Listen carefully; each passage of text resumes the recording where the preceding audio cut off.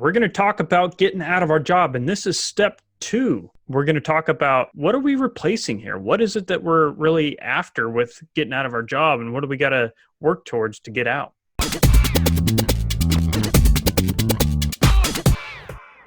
So if you're a subscriber, welcome back. If not, go ahead and click subscribe so that you can follow along and be smarter today and richer tomorrow.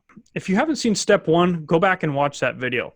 And also look down in the description below and you'll see the link to where to go find the manual. And you can follow along and go through where we're walking you through step by step. What is it that you've got to do to get out of your job? And this isn't just like high-flying stuff. This is stuff that actually works.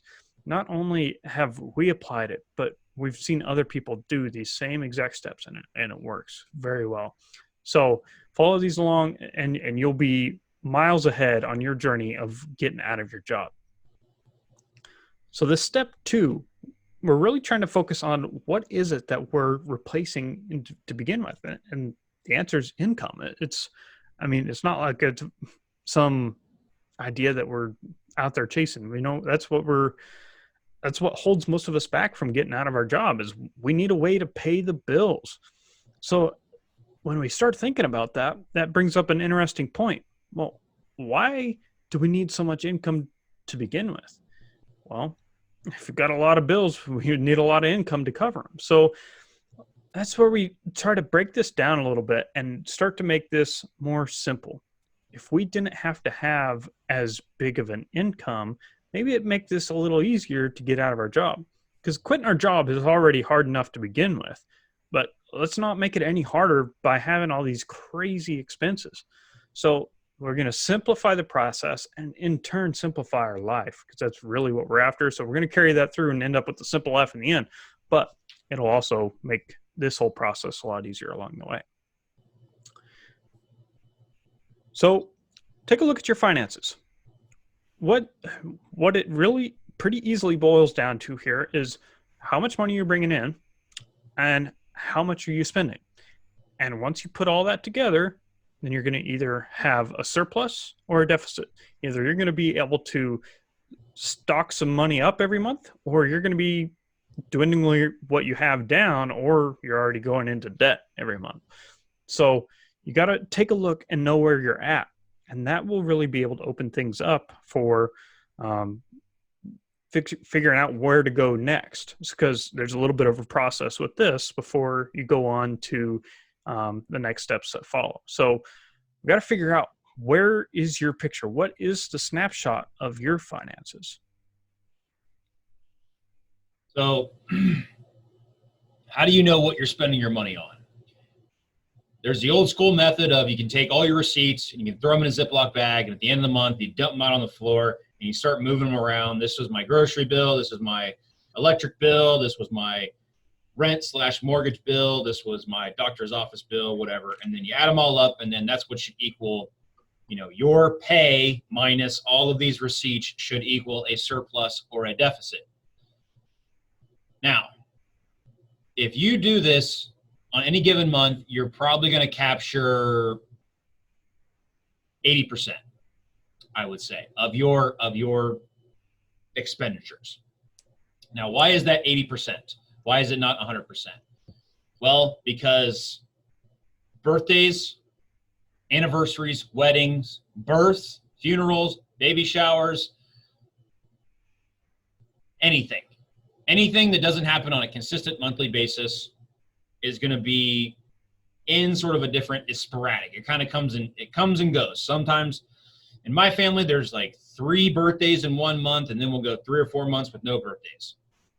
Car insurance, if you don't pay this monthly, then you get a chunk out every half year or every year. Also, Christmas does not come every single month. Neither does Easter, neither does 4th of July. Maybe you celebrate one thing more than the other. I know people that go all out on 4th of July and they have a pretty relaxed Christmas, and same thing with Easter. Some people go crazy on Halloween. Also, vacations. How many do you go on per year? How much do you spend? There's a difference between 2 weeks in Europe versus 3 days at a cabin in a nearby state that you drove to and you eat at a low-cost restaurant.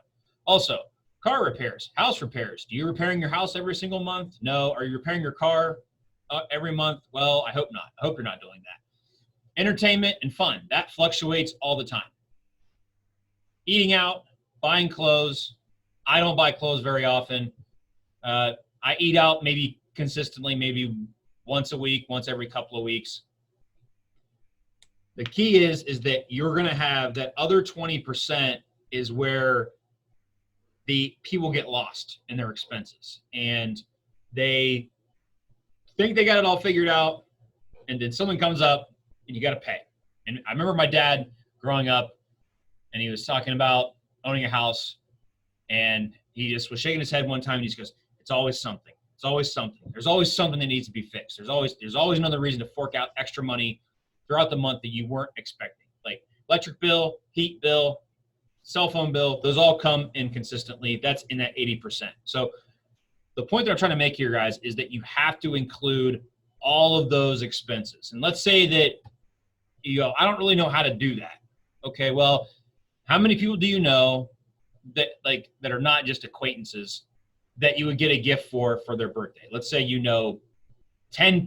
I'll make the math easy. 12 people that you would get a actual birthday gift for. All right, so that's $50 a month if you spend $50 a person on that. Now, there might be 3 birthdays in one month, there might be no birthdays in another month, but you would budget out $50 a month per birthday. And the things that come sporadically, the Christmases, the car insurance, the house repairs, take whatever comes up in an entire 12-month period and then just divide that by 12.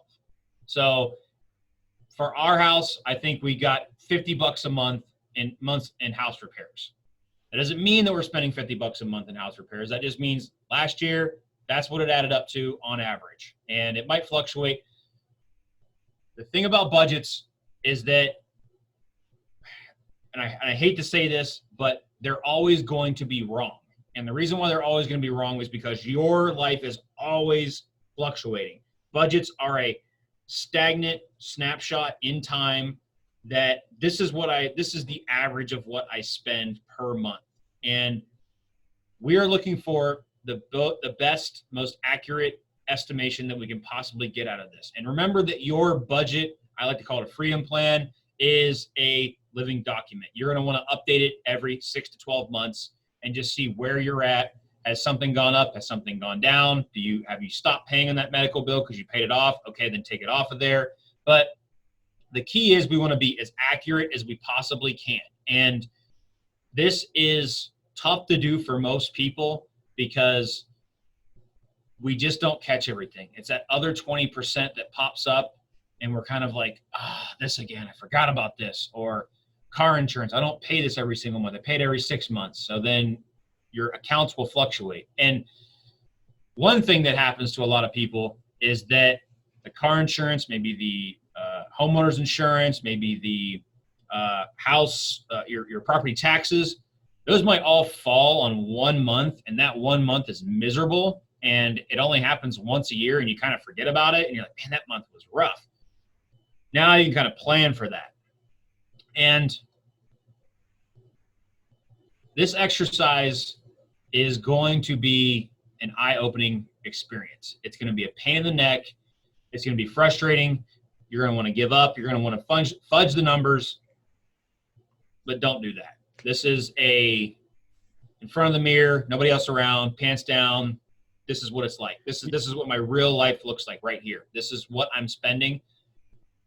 And if you're overspending, it's better to overspend and know it than overspend and not know it. Granted, that's not much better, but at least you know where you're at and you know where you're heading. You know you're heading into the negatives.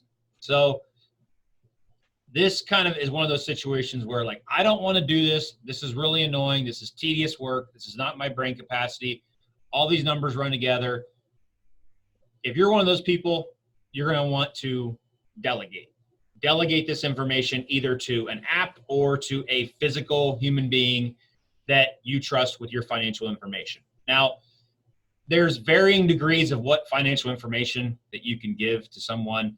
Now, you can give them access to all of your bank accounts and all of your information that way. That's pretty high level of access. Or you can just give them all of your receipts and just go, put all this in a nice spreadsheet that I can understand, that my brain can process. That's pretty low security. There's nothing they can really get there. So that's kind of one of the gut check of what you need to do. Vet your bookkeeper or do it yourself. And there's plenty of apps out there that if you use your credit card or your debit card, it will track what you're spending your money on, and it'll try to put it in a category for you. That's the low cost, kind of do it yourself. And I would probably recommend doing that first, just so that you're getting in the process of actually tracking your bills. And don't be surprised if you are way overspending more than what you think you are. But the whole point of this is that now you know where you're at.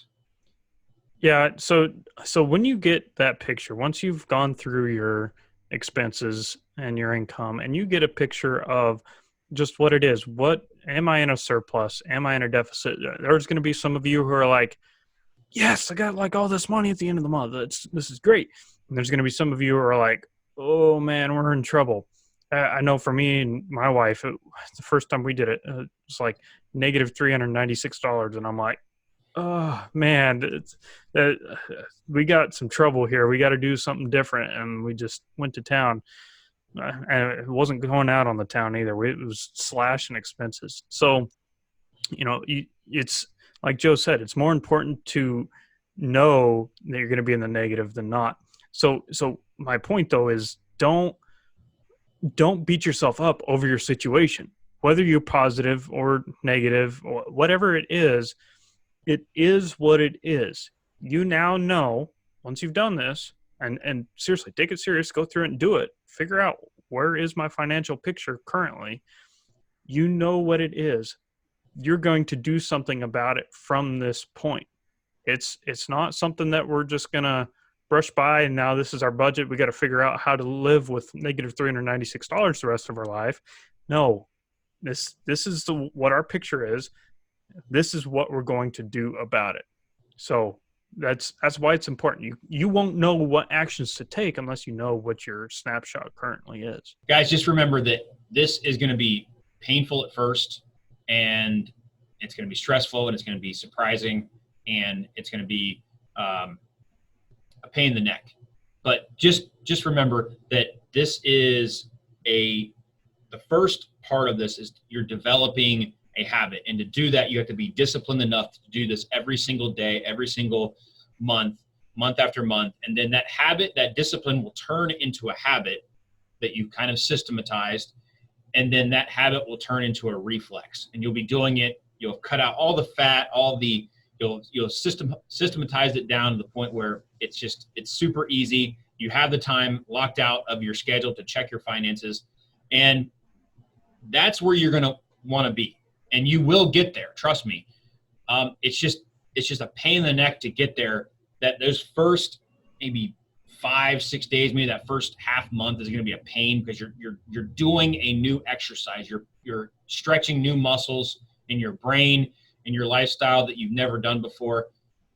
But this is way better than going back to work the next 30 years of your life and maybe having a retirement at some point. This little inconvenience now will pay massive dividends down the road, and you will be happy that you did it. Okay, so take that snapshot that you've got, that you just created, click subscribe, and then watch the next video on what to do with it. What are we going to do with this snapshot that we now have of our finances to get us on the path to that financial freedom? Let's get on the path to saying no to that 9 to 5.